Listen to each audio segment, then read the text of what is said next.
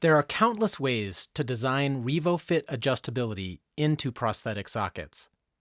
But for your first one, we suggest you use the RevoFit 3-panel design. You won't be alone.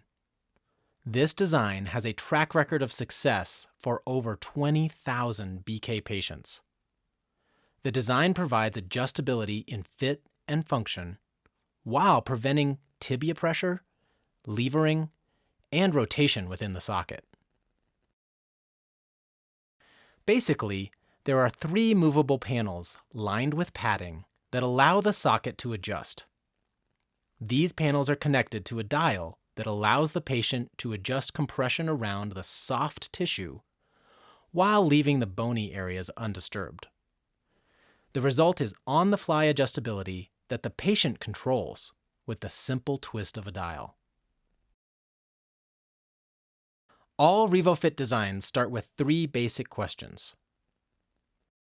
Where do I place the movable panels? Where do I put the dial? How do I make it connect? To help you answer these questions, your RevoFit Check Socket Kit comes with a handy paper socket guide. This maps the basic panel position, dial position, and the pathway the tubing will follow to connect the system. Fold this paper socket into its 3D shape and use it as your guide to design and build your first BK socket. Where do I place the movable panels? The 3-panel design positions panels on the pretibial area, the medial tibia aspect, and the gastrocnemius.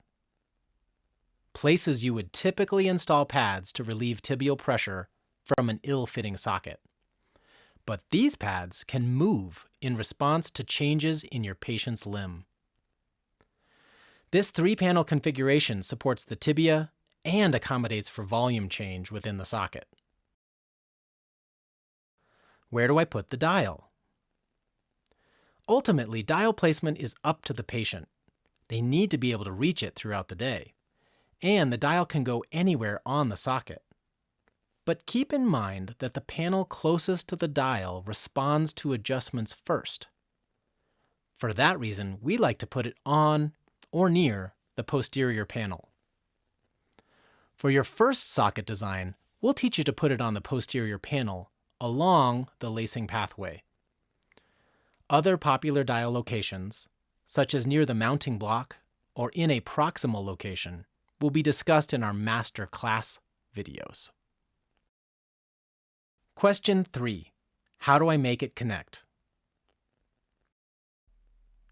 Start designing your lacing pathways at the panels. Using what we call the quarter rule, divide each panel into 4 equal sections, from top to bottom. The pathways will cross the top quarter and the bottom quarter of each panel. Using the quarter rule ensures even pressure distribution across the panels. Now, notice that the dial has 2 insertion points, called ports. The tubing that connects the panels begins at one insertion point and ends at the other, creating a closed system. So the pathway runs from the posterior panel across the other 2 panels and connects back to the dial. Notice also that there will be 2 turnarounds on the frame.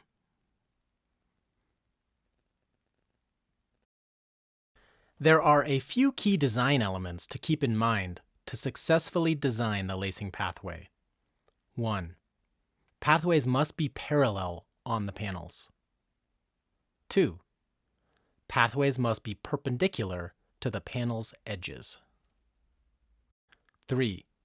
Pathways must extend 1 centimeter beyond the panel edge before turning. 4. All turns or curves must have a gentle arc to prevent kinks. Those are the design basics: panel location, dial placement, and connecting it all into a smooth, adjustable system. The BK 3-panel design allows patients to adjust for fit, comfort, and stability all day long. It's a great way to preemptively address tibial pressure within sockets that cease to fit properly over time. This design makes it easy for you to successfully build your first adjustable socket and bring the benefits of adjustability to your practice. Can you adjust? You are on your way.